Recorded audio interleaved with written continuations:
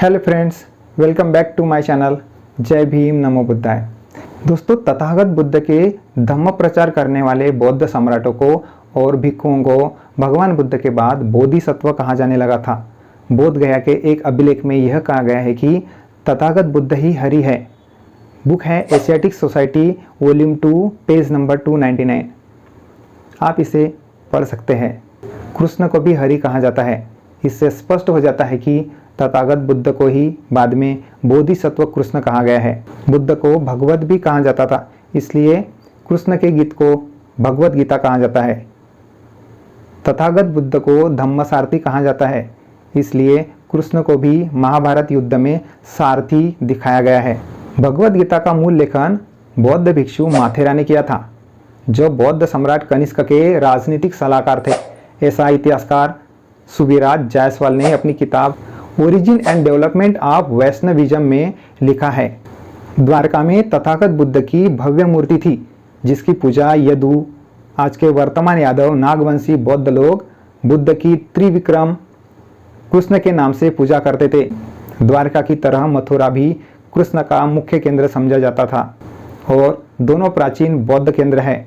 मथुरा के उत्खनन में सभी तरह के बौद्ध धर्म के टीले मिलते हैं और उनके उत्खनन में सभी तरह बौद्ध शिल्प मिलते हैं।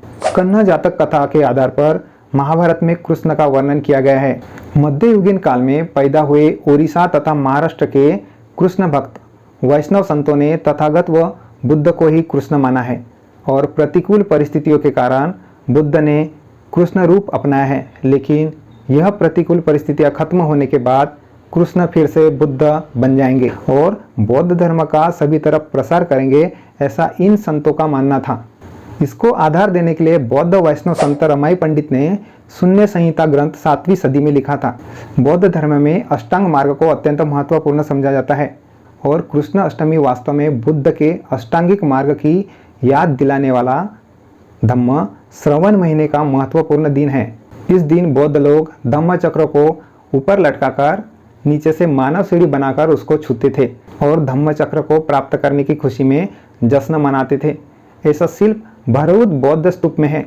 आजकल लोग धम्म चक्र की बजाय ऊपर हांडी टांगकर मानव सीढ़ी बनाकर उसे फोड़ते हैं और कृष्ण जन्माष्टमी का आनंद उत्सव मनाते हैं। कृष्ण जन्माष्टमी भी वास्तव में बोधिसत्व कुषाण सम्राट कनिष्क कृष्ण बोधिसत्व का जन्मदिन है, इसलिए उसे कृष्ण जन्माष्टमी कहते हैं। इससे स्पष्ट होता है कि कृष्ण अष्टमी वास्तव में धम्मचक्र अष्टमी है।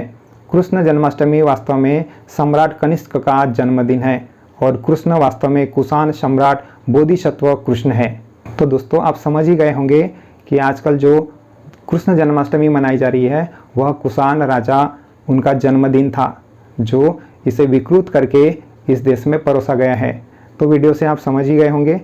आज की वीडियो आपको कैसी लगी कमेंट्स में जरूर लिखिए। तो अगर आपने चैनल को सब्सक्राइब नहीं किया है तो चैनल को जल्दी से सब्सक्राइब कीजिए और वीडियो को ज़्यादा से ज़्यादा शेयर कीजिए। मिलते हैं नेक्स्ट वीडियो में, तब तक के लिए जय भीम, नमो बुद्धाय।